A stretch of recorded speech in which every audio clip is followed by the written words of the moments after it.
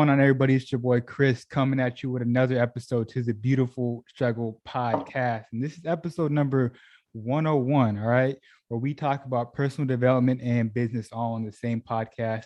We drop a new episode every single Monday of the week. So if that sounds like something interesting to you, feel free to join the community, join the family. And of course, you guys already know, I got another special guest on the podcast.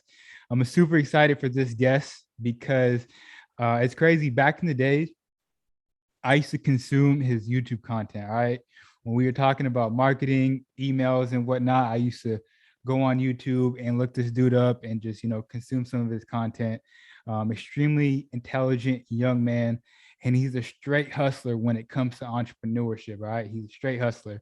A little bit about my guest. He is the owner of Mint App, a 7-figure email agency. He helps his clients generate over $25 million in sales when it comes to emails. And he has over 1,000 students in his community. All right. So he's killing it. He's young, but he's super intelligent. And with that being said, coming straight out of Toronto, Canada, the sixth, welcome Parikchhit, aka Splash. How you doing, bro? Doing good. I'm good. Doing really, really good. Thank you for that intro. That was a really dope intro. Always got to do it right, man. Thank you for jumping on the podcast. But before we get into it, man, you from the Toronto, and I know you're a Raptors fan. I need to know some predictions for this year, man. I'm a Laker fan, so I know how we gonna look, but how you guys gonna look? Shit. It's hard to tell. I think last season, the team was playing in Tampa. They're not even around their family. It was like they're literally living out a hotel, even the staff. Right. And stuff. So I can see why they might have declined, because there was factors outside of the court. So we're at home this year. We lost Kyle Lowry. I don't know. Let's see. It might be a rebuild year. I don't know. I'm just excited to see. I don't have any expectations. I'm just excited to see basketball coming back to the city because we missed it for so long. So there's that. I mean, we got Pascal Siakam, a max player that does not play like a max player. Freddie VanVleet. Yeah, VanVleet. I respect VanVleet, and then some of our rookies are looking really nice, like Scotty Barnes. Saw him at the club the other day, so he's dope. Wow. I'm excited to see him play. All right, dope. We'll definitely check that out. Are you guys allowing people back in the stadiums this year, or how is that looking in Toronto? I think they are. I think you just need to have a vax proof. Okay. Because with that, you are able to go. I'm pretty sure. But I mean, I hope so. I really do hope so. I would be heartbroken if I couldn't go watch them. Because I moved downtown late, like literally the end of 2019, like December, like the day after Christmas, and then I lived right beside the arena, and I didn't get to go to any games because I'm like, I'll have my time. Right. I mean, it's been like almost 2 years, so I definitely want to go to some games and witness some of these players play, before they retire. Oh, absolutely. I feel that. That's what's up, man. All right, dope. So, what I like to do on this podcast, I like to start off this podcast with, your story, your background, and you growing up, and really we can kind of, take a trip down memory lane and go into the man that you are today. But talk to us about you growing up. I know that you were actually born in a different country. Start there. Tell us about that, man. For sure. I grew up in this small country named Nepal. And I spent like half my life there. I used to go to school there. Basically, lived in a little village. Used to walk to school. It's funny when I talk back at it because it sounds like I'm talking about like like a little kid story, but like literally, like for fun, we used to go to the jungle to forage berries and like edible flowers. I cannot make that up. You know what I'm saying? Like like all the kids in our village, we would do that for fun. My dad came to Canada in 2006, stayed here for 2 years, brought us over here. And don't get me wrong, like my life in Nepal didn't suck. You know what I'm saying? Like I lived in a village. Our house was not like some crazy build shit. It was made out of mud and bricks. But my family made sure I had a good life. And then in Nepal standards, I did not live in poverty or whatever, definitely had like a pretty, like I had an amazing family life, and this is just grateful to have what we have. And then when we came here, it was like a whole, like the biggest change, I remember the first time going to a grocery store, I'm like, what? Like it's just food you can touch without like buying, like literally sounds crazy, but because back when I lived in a village where you go to a guy's shop and you give the money and then he grabs something from, the thing and gives it to you, right? Uh-huh. Or my mom would actually, we had cows and goats, and like my mom would milk the cow or sell the things like. So a lot of the new things here like was surprising, but one thing that my father did from a young age is like make sure I had a really good education. Mm. So you see, like I don't have like a brown accent even when I talk, even though I'm an immigrant here, and I think that's due to my dad putting me into very good schools when I was younger, where they put an emphasis in learning English. And I remember even during English class, you were not supposed to speak Nepalese. Otherwise, you Mm. get punished and you have to write, papers and shit. But yeah, I was so when I came here, I guess I don't know the word, but I assimilated pretty quickly. Mm-hmm. Got used to everything here. What's funny is like the education there is so much harder than here. Mm-hmm. So to me, it was kind of cakewalk. I'm like, the teachers are Right, right. giving me like 30 minutes to write a little bit, whatever, whatever. Anyways, from Nepal to here, just yeah, I had a pretty average life here, nothing special. My parents. Just real quick, I'm curious, man. Why did your parents choose Toronto, Canada specifically? The most common place that we hear people migrating to is America. So why Yeah. specifically Toronto, Canada? I think it's just a situation my dad was in. I think there's like a Okay. certain opportunity that he got where he was able So, to come here, and then that's why. And coming to US from Nepal is almost like winning a lottery. So my cousin mm, actually, when he was very young, who lives in New York, from my mom's side, they came to America, I think like 2002 or whatever, and like mhm. literally like them coming was almost like winning a lottery type thing. They were Wow. so it is like some like crazy odds, like America especially, it's crazy odds. And I think Canada might have better or more like easier policies when it comes to Hmm. immigration than Wow, that's America. You know crazy. what I'm saying? So I think that as Mhm. well. But it's funny because my dad, even from a young age, even when we had no desire to go overseas, he would always just like talk about Canada. I didn't even Mm, know Canada. He'd just be like, "Oh, yeah, one day we're gonna go to Canada," like even as a joke, and then now we're mhm. here. But Yeah.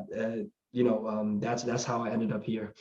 Dope, dope. I love it. I love it. So you're growing up here. You say that you didn't have nothing too crazy, maybe just an average childhood.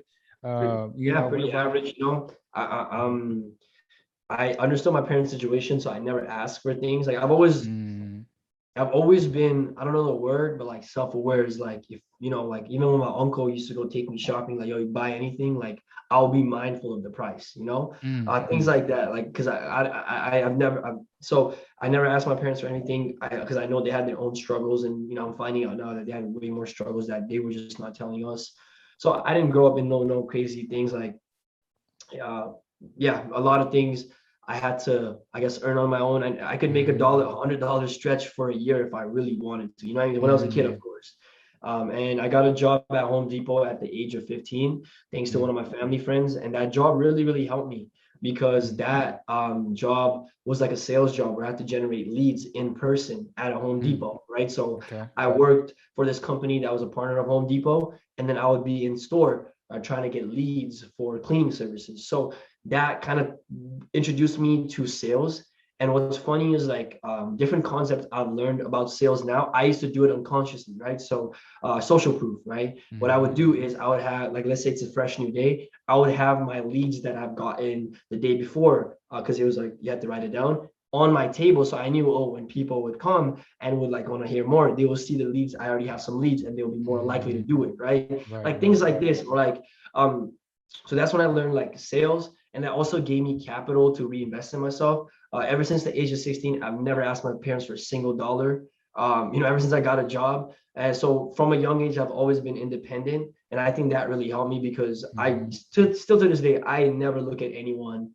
Like if I ever want change, I know it starts with me. You know what I'm saying? Like I never look for anyone for anything. I don't rely on Mm. nobody. If I want something done, I rely on me type Very shit. independent. But anyway, the Home Depot job gave me capital, and basically that capital allowed me to invest in the courses, invest into mentors, and that's exactly what I did. One of the first courses I bought was Ty Lopez's SMMA course because my mentor, or my role model, who's my mentor slash friend now, Brandon Mm. Carter. Um, he was an affiliate for it, and that's how I got introduced into this whole marketing world, right? And I had my first business called Client Gains because I was really into fitness, and I was like, all right, I'm gonna do marketing. This was early 2017, late Mm-hmm. 2016. All right, I'm gonna do marketing for gym owners, right? But I was again little kid, like very shy. I didn't understand the whole thing. Mm-hmm. I didn't realize how important sales was. So I didn't do much with it, but I was introduced into this marketing world, and I met some people, Samir and Juan, right? And they were doing e-com and they were killing it. So I right before grade 11 exams, I remember I got their course. And ever since that day that I got their course, I was like on another level of like taking life seriously, I'm like, I'm going to make this happen. And running my first couple of drop shipping stores, from what I learned from them, I learned a lot of different skills, right? I was like the guy that did everything, replying to his emails, trying to do ads, all Mm-hmm. this, doing influencers. And there was a moment in Nepal where I actually went back to Nepal that summer. And then there was a moment where me and my cousins were just exploring, his village. We're just going around like just, and that day I made $528 US. Mm-hmm. And then I looked at it, I was like, oh my God, I would have to work like a couple of days to make this, at my job. So when I came back, I quit my job. And because I thought, all right, e-com is it. Funny Right. thing, that fails, So then I started a new clothing brand called Drip Drop Tees. You can still see it's probably still active somewhere. Drip Drop Tees, where we would sell basketball related, like it was like basketball themed like merch store, Mm-hmm. like we would have merch that said like, if you're reading this, you can't guard me, or like, Mm-hmm. different like or like this emoji, like this is Okay. Chef Yeah. Curry and Yeah. such. So that store did pretty did all right. But what happened was having that store and me being successful with that store, like I got connected with Brandon Carter because I was like, hey, I learned this from you, bro. Like, and he taught me some Facebook ads and we doubled our revenue. So we built our relationships through there. After that, like it's a long story, but Yeah. it's so Yeah. crazy. This all came about like, and then actually quick thing on that, like the reason I am who I am, the reason I learned emails, the reason I have an email business because of the name Splash. So the name Mm-hmm. Splash started off as my PSN, but it was all my socials. But that's the reason I got connected with Brandon Carter, because he used to do Q&As and I used to ask questions under Splashman. And then he really just liked the name, and it was like a little like reoccurring weekly theme. It was like, oh, Splashman asked the question. And then when I met him in person, like I bought his course because I was like, okay, like I want to learn from him. Mm-hmm. And anyways, when the store succeeded, Brandon was like, hey, listen, bro, like I'm starting a marketing agency. I would like you to take care of the ecom part of it. I was like, bet. So he's like, yo, we have this store right here. It's a vegan shoe store. Can you, make it so there's stores on Shopify? So I do that. And he's like, hey, can you go set up their emails? And I remember he had told me about Clavio at the dinner from that event that I Mm-hmm. told you about where I met him. And like, he was already doing emails. So I learned, I like kind of refined my skills from there. And then, just had the skill there. And a couple of months later, there was this one kid. He was doing like $15,000 a day, selling like AirPods or whatever. And I was so broke then. I was like, I want a piece of this pie, right? So Mm-hmm. what I did was I asked them like, hey, listen, like I can do your emails for you, and it will help you make money, blah blah blah. Like I had never sold this to anybody, but I had the skill and I was broke, and I was like, fuck, like I'm trying to get a piece of this pie. Mm-hmm. After a couple of back and forth, I was so broke, I would have done it for $400, but he was making so much money. I said $2,000. And then after a couple of back and forth, he agreed. And then that month I made him an extra 11 grand. And I was like, Wow. oh, I can do Wow. this for a lot of people, because I knew a lot of e-commerce store owners Mm-hmm. that didn't know anything about emails. So that's a long story on how I So, get so started I, my agency. no, that's super dope. So just to back it up a little bit, I'm curious. When you were in high school, you said you were 16 when you bought your first course, or when you started Yeah. buying courses, right? What made you even want to invest and buy courses? Use your money, your hard-earned money, to buy courses. Because at that time, 16, we're running around, trying to look fly or whatever, Yeah. just, worried about the wrong thing. Is it because you've seen where your family is at, or you have a history of living in a different country? What was it that made you even want to invest? You know what I'm saying? At I, I that think age. I think number one, I was always curious and I was never cynical, right? So, for example, I actually discovered Ty Lopez through his videos. I never ever seen his ads because I Mm, had ad blocker. So all my friends were like, "This guy's a scammer," and I'm like, "But wait, I just watched a 2 hour video of this, and this guy's just spitting facts. Like this right, guy's like, right. like talking man." And also this other guy, Brandon Carter, who I look up to, like he fucks with them, and they made video together, and they know what they're talking about, right? And also like my mentor Brandon Carter, man, he's had such a huge influence in my life. It's unreal. Even like when he didn't know me, but I used to learn a lot from him, and I understood like the importance of investing in yourself, right? I started reading books because of him. So I was always learning, and I always had this curiosity factor. And yeah, the first time I bought that course, like, yo, trust me, it was scary, right? It was like $1,000. That was my month, because I used to only work on the weekend, so almost like what it would take me a month to make. And I got made fun of, bro. Got made fun of. People like, oh yeah, what the fuck? You know, why'd you buy the course? Yo, did you get your money back? All this shit, whatever. And then I remember I used to even have arguments with people like, oh, I used to tell them, you know, I'm not gonna go to school. I'm gonna start a business, and I'll be successful. And they're like, oh, you know, yeah, you say that, but I'm going to university, get a job, and be more rich than you. It's funny now because the same people I have those arguments with when I'm so like it's funny, but I was always different. Like I was always different. I was that kid that would go to class with books and like be reading books outside of school. You know what I'm saying? So I think I'll thank the influence of Brandon Carter. So where did you get that level of self-belief from? You know what I'm saying? That confident in yourself that you know, like one day I'm going to be successful. I'm going to make this work. Like you said it a couple of times where you're like, you know, I'm going to do this. You know, I'm putting my head to it and it's going to work. Where'd you get that confidence from? Where'd you get that mindset from? I think I got a lot of hope from the people I was seeing that were succeeding, that were like my age, or as I started progressing, I network with more people. Like even now, I am very confident that I'll be a multimillionaire because my network is full of multimillionaires, and it's just so much more realistic, right? You know what I'm saying? Like it's a conviction. It's not even like, oh, maybe. It's like, oh, I know I'm gonna get there. It's gonna happen. It's gonna happen. And I think a lot has to do with my environment, what I've been exposed to. The self-belief, don't get me wrong, I grew up with a lot of like self-esteem issues, and I used to like look down on myself. But at least then, honestly, like even like Samir and Juan, like they gave me so much hope, you know, like I'm like, oh, like this is possible, especially when I was doing my drop shipping thing. I'm like, okay, this is possible. And then when I got my first email client, or even like the first time I made $1 online, like I still have the screenshot of it, you know. It was a guy from Brazil, Alexander, yo. That's like my first customer, the person that made me help me get my first $1 online. That just, when you just your first one, you just have more belief after that's done. And then especially after the first email client, I got that $2,000, bro. I was like, wow, all right, let's go for this, you know. But I would say environment is such a key part. Just seeing other people that I know are at a whole other level, and I was like, okay, yeah, it's more than possible to get at that level. No, for sure. And I hope y'all listening out there, because he's spitting facts. He's giving y'all the keys to success, right? The first thing he did was he found a mentor, you know, that cut his learning curve. Tremendous. That's something that we always preach on here.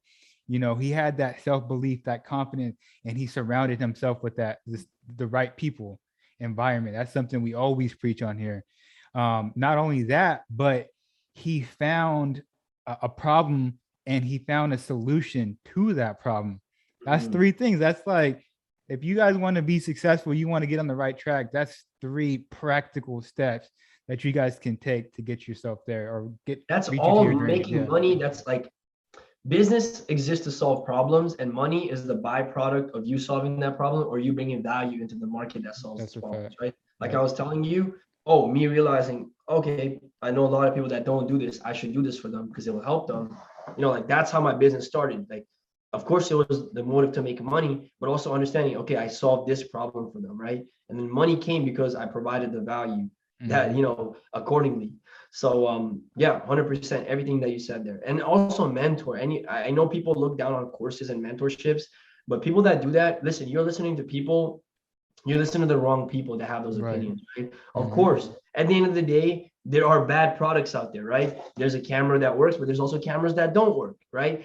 You can buy a $2 shirt, you can buy $100 shirt, right? And then some $2 might not work, right? So of course there are people making courses out there that suck. Do your own due diligence, do your research, but understand, like, if you objectively look at it, why would you spend your own time and money to learn something when someone has done that for you, right? Like it literally economically makes more sense to learn from someone who's already done it than to figure it out on your own, even if you have the time. That's a waste of your time. You know what I mean? Like, what's the opportunity cost of that? You could already been making money, but you're too busy trying to figure it out, right? So I preach mentors to a whole nother level. You know, I've seen it with myself in people around me, right? So as you mentioned earlier, I had like over 1,000 students that do email marketing. Some of these guys are my close friends, like people have grew up with. Like I literally saw their life change in front of my eyes, and I know a big factor of that was me mentoring them. Me, like some of the people that see me on a or I'm close with that I live near, like they see me all the time. They ask me questions. They see how I run my business. I'm always giving tips and such. Like that's the reason they were able to cut a lot of learning curve. When I started the email agency, there was a whole year where I ran it in a way where I shouldn't have ran it. You know what I'm saying? Like now my student, they don't have to waste a year running their business like that. I'm like, hey, listen, don't do this instead. So what do you value? Your little money that you can always make back, or a year of your time? So I've realized that. I mean, the more you grow, like the more money you make, the more you realize how valuable time is compared to money. And for me, I do mentorships and all that to save time. And if you're not willing to do that, or I'm saying, to each his own. Right. I love that. So you brought up the email agency, Mint Ab. Where did that name come from, and what do you guys do in this agency? So the Mint Ab is the name of my first dropshipping store. So when I was making a legal corporation, that was just like very significant. I was like, this is the thing that made me my first dollar online. Yeah. So I made my whole corporation after that. As you see the Mint Ab, right? Yeah. It's dope. I like it. I love it. Yeah, Mint Ab in the back. So it's and what we do is we do email marketing for e-commerce stores and SMS marketing for e-commerce stores. Outside of just helping them make more money, we're setting up an actual backend system that achieves other goals other than just make money, right? If you just objectively look at it, email is just another channel for you to communicate with potential customers or customers. So what we do is we handle that communication for you and try to achieve any objective that we're trying to do, right? If it's trying to get more reviews, we'll do that. If it's trying to do what else, improve feedback score, you can do that. If you're trying to just like update them on the order, you can do that. So we set that up for our clients, and I've been doing this. I've been learning email since 2017, but officially started this 2018. Been able to help like thousands of brands online, consulted so many people, and all my students, they run their own agencies as well, and they've been able to help a lot of brands online. Wow, that's amazing. So I got a question for you, man. I need you to kill this question for everybody out there. Why do people think that email marketing is dead? You hear it all the time, and people, they think nobody opens up their email, it doesn't work. Talk to the people out there, let them know why it's still alive and why it's still working. And obviously you're making it work because you're making money for people, and people underneath you are creating their own agencies. Talk to us about that. 100%. So first, I would say, so back in the days when email was new, the open rates used to be like 90%, 80%, crazy numbers. And of course, as people like, as spam, as Google, as they had all these things come on, like that reduced, right? So that reduced, where back in the days, email might attribute to 60% of your total revenue, 50%, who knows, like a high amount, right? Now it's a little bit lower. So it can be anywhere from 10 to 30%. But as a business owner, you'll still be stupid to neglect 10 to 30% extra revenue without spending any money on ads, right? So I think first, like the decline of that maybe, but second as well, they're just not educated, right? So at the end of the day, it's like a lot of they're not educated. They don't know better. If I was to genuinely ask them, I'm like, okay, think of one friend of yours that doesn't have the email. They couldn't, right? Like they really couldn't. Even if they were to have a kid, when that kid goes to school, they're going to create an email. When you go to work, you have to create an email, right? So, and like people open email is still like a way of like preferred communication method for a lot of people. They rather you know what I'm saying? Like they rather someone email them than like call them or text them or whatever, right? Or especially with businesses, they still do it on there. But yeah, it's just honestly, people are not educated enough. It's not dead. It's not going anywhere. I genuinely don't think so. Of course, there's going to be different things that try to that might reduce the effectiveness of it, but it's still alive to a point. Like think about, if you're a business owner and you can make an extra 30% without spending money on ads, just using your existing database, and you don't, that's stupid, right? Like that's really dumb. So yeah, like it's still effective and then it doesn't always have to be about money. It's just another communication channel, right? People open their emails still to this day. If I or let's say you sell you sell this camera, right? Mm-hmm. If I want to order update, I'm checking my email. You know what I'm Right. saying? Yep. So that's just reality. They just have to come in touch with reality, and they realize, oh, email's not dead. Everybody still uses their email. I use my email every day. You probably use your email every day. You know, check your email every day. For sure. So you guys not only create the email, but you guys use a copy for the email as well, which is Everything. I'm sure that it's extremely important, right? You look at the email, and the first couple words is going to determine if they open it up or not. Um, who out there is doing it really well, doing emails really well, or could you give us an example of like a really well made, attention grabbing email out there? Maybe you can make up one up on the spot. I mean, there's many people, like there's many brands that do amazing email marketing. Mhm. I've seen, like, it's just different again, it's just different strategies and marketing concepts. You know, I don't know. I'm trying to think of like a specific example. If are you talking about like a person or a brand? A brand. I say a brand. Brand, I would say Casper, the mattress company. Mm, They're doing well.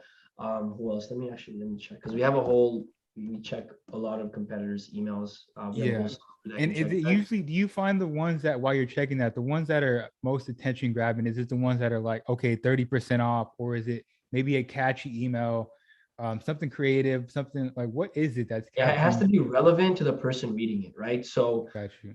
if if I sell something that's related to sleep and I Mm-hmm. send you content related to sleep, you will open it. But if I was to send you some content where it's like, let's talk about incense sticks, you know what I'm saying? So Mm-hmm. relevance is number one, and also congruency, staying congruent in how you talk and, like, you know, what your brand is throughout your store, your emails, your social channels. And yeah, that's really it.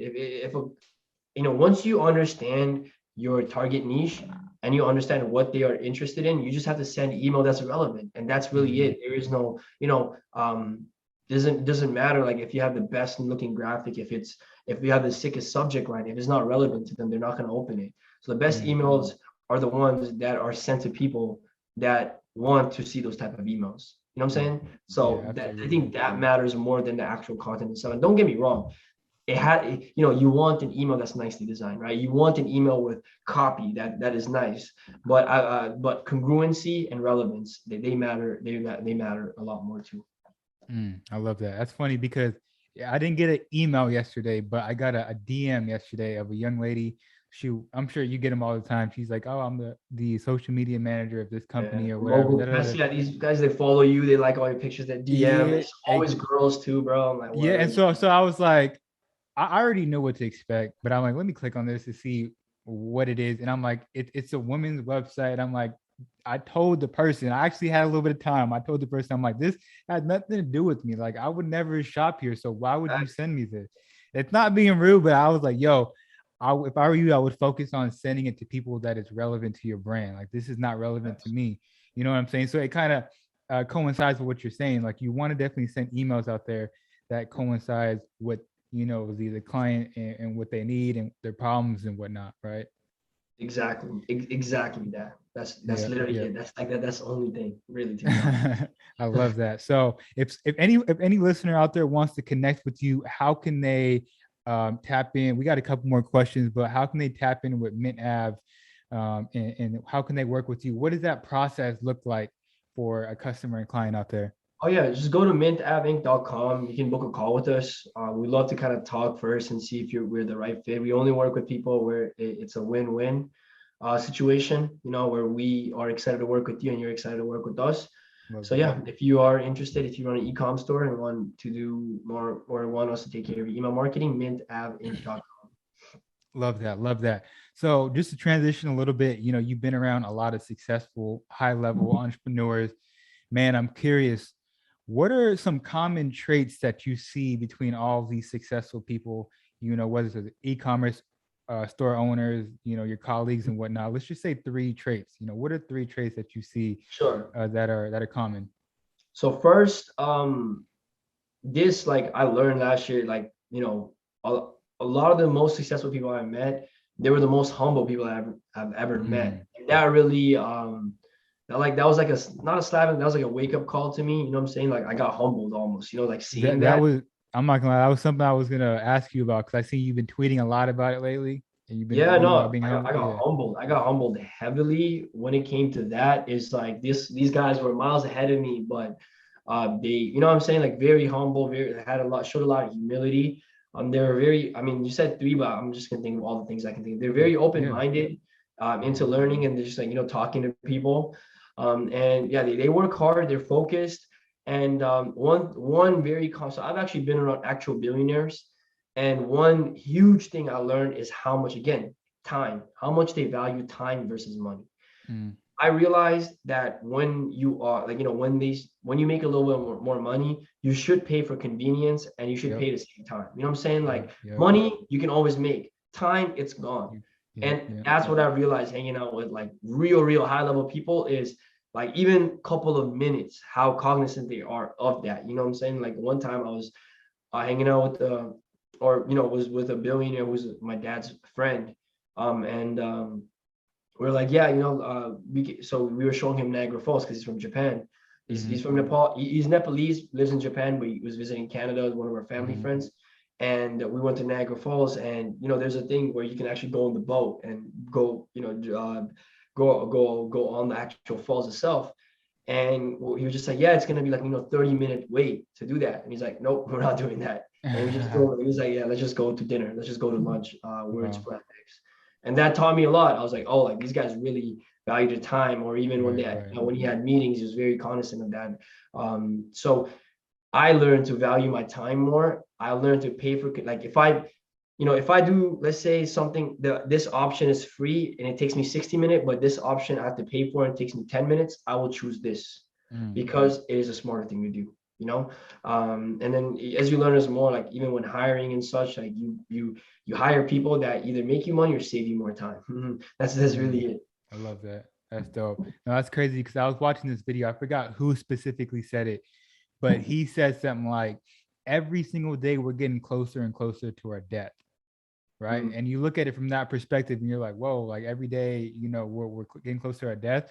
But he's saying it in a perspective like, look, your time is valuable, like what you've been preaching this whole podcast. So every single day is another day that closer to the day you're gonna die. So mhm.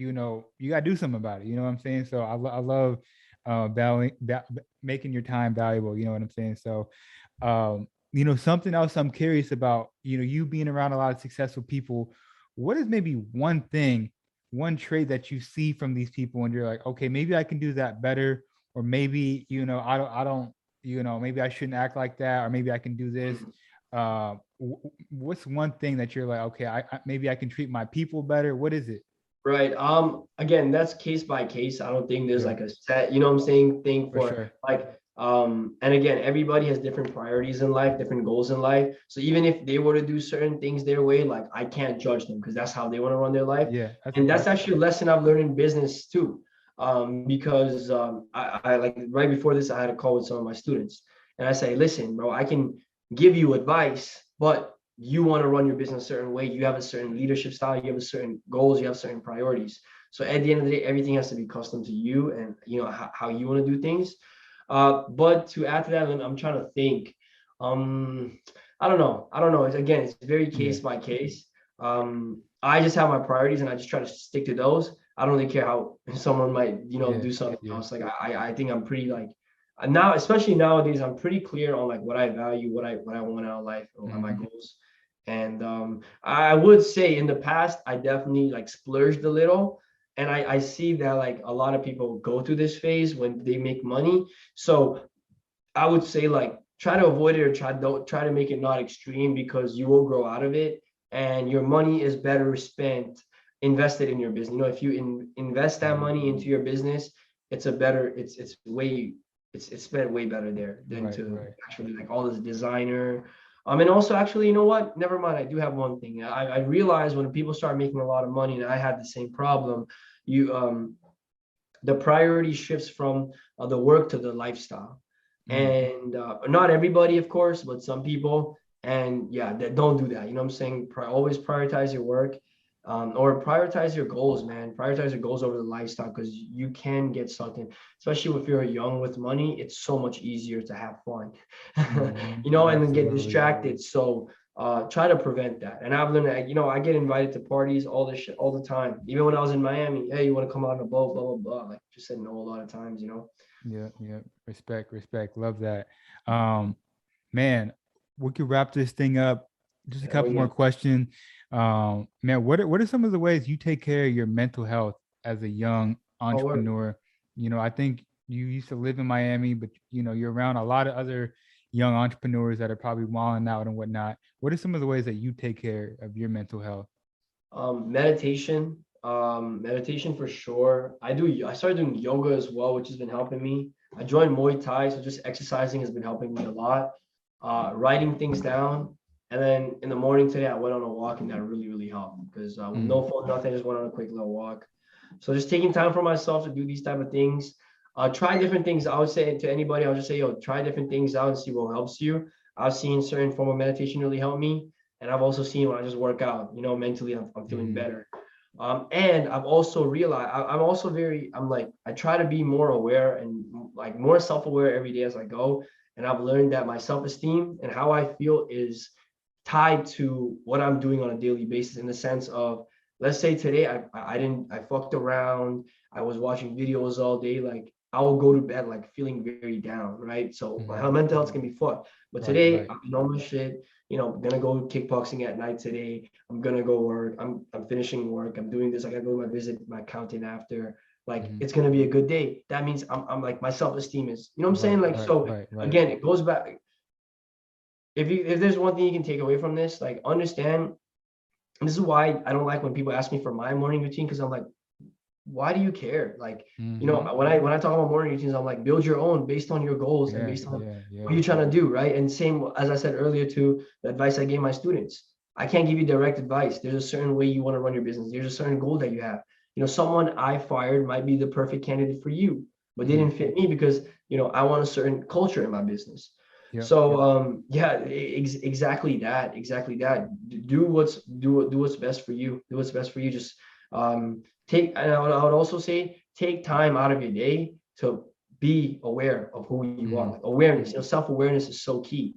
If you were to just sit down and just ask yourself questions and answer those questions, like, you will like learn so much about yourself. You know what I'm saying? And Mm-hmm. then that's like a better North Star than like someone else telling you something. Right. But yeah, Right. that's a huge thing I preach. No, I Individuality. I love that. I love, looking at your life and your day, your business, and doing what works for you. Because, like you said, what works for you may not work for me, and vice versa. I love the morning routine thing, because if people were to ask me about my morning routine, they're going to be like, yo, I can't do that. And You're right. yeah, right. I mean, it's for me, not for you. Right. People always say you should work out early in the morning. I work out like around noontime. That's what fits my schedule. That's what works for me. So Exactly. definitely love that. So wrapping this thing up, I really appreciate your time. I Sure. appreciate you jumping on the podcast. Always have my guests leave the audience with one last piece of advice. It can be marketing related, life related, business related, whatever you want. Let the talk to the people out there, and we'll end it on that note. For sure. So here's what I have to say, and I've been thinking about this a lot lately. And I got to get this from my mentor in the circle around me, right? I understand that there's a different level of life. When I say different levels, like whatever I'm doing now, like it could be better. You know what I'm saying? Like the fun I'm having could be 10 times more fun. The amount of Mm-hmm. success I have, 10 times more. So when I say new level, is what I mean, right? There's a new level of life I could be living if I was to sacrifice right now and just kind of work towards it. So I always think about, hey, listen, like, do I love my life right now, or would I rather have a better situation? So, right. So I rather have a better situation, and I'm working towards that better situation because I am Mm. cool with, like, I don't want to enjoy, like, I've enjoyed my current situation, right? But I know I could be living a way different life and a way better Mm. life if I put in the work. So put in those work, make those sacrifices. Trust me. Mm. Sacrifice fun. Now, another like last thing. So when I first got into university 3 years ago, I dropped out first semester, by the way. But I was asking one of my friends. I was like, "Yo, like," or one of my yeah, one of my friends that's in the business as well. I was like, yo, like, how would I get into, because he was a little older than me. I was like, yeah, how would I get into different parties? How to connect with these people, whatever. And he said, bro, just continue doing what you're doing. Life is more fun when you're wealthy or when you're rich. And that stuck with me. You know what I'm saying? I was like, oh, word, you're right. Just focus on, like, you know what I'm saying? Like, sacrifice the fun now. Like, would you rather have fun that everybody can enjoy or fun that most people can't? Because, only you can, because you put in the work. So I always think about that. I really think that, like, there's a version of me that's friends with Drake that is able to go, that is taking private jets to Greece, that has high level network, right? That has so much more money. It's like, I want to be that guy. I don't really care about now. So I every day work towards that guy. You know what I'm saying? So that's my advice to you. Sacrifice now for a better future. Trust me, I've learned that the hard way. I love that, man. That's super interesting. Super interesting. Where can people find you? Where can people reach out to you? For Where sure. can you mentioned Mint Ave? You got to repeat Yeah. that. The Yeah, mintaveinc.com, yeah. mintaveinc.com for email stuff. My Instagram is New Edition Splash, but I am currently banned. So by the time you guys hear this, I hope I'm not banned and you guys can follow me there. How the heck are you Instagram is banned? where I don't know. I just woke up today with my Instagram disabled, which is kind of fucked. But well, it is what it is. And then my Twitter, I've been very consistent on Twitter lately at SplashmanPB. But yeah, just search Splash. You might find me somewhere. And yeah, Okay. just don't hesitate to ask me questions. I always reply when I have time. Yes, sir. Yes, sir. And on that note, I really appreciate you jumping on this podcast and giving us a piece So, of your time and giving us some game. And on that note, it's your boy Chris. I'll catch you guys next week. Peace.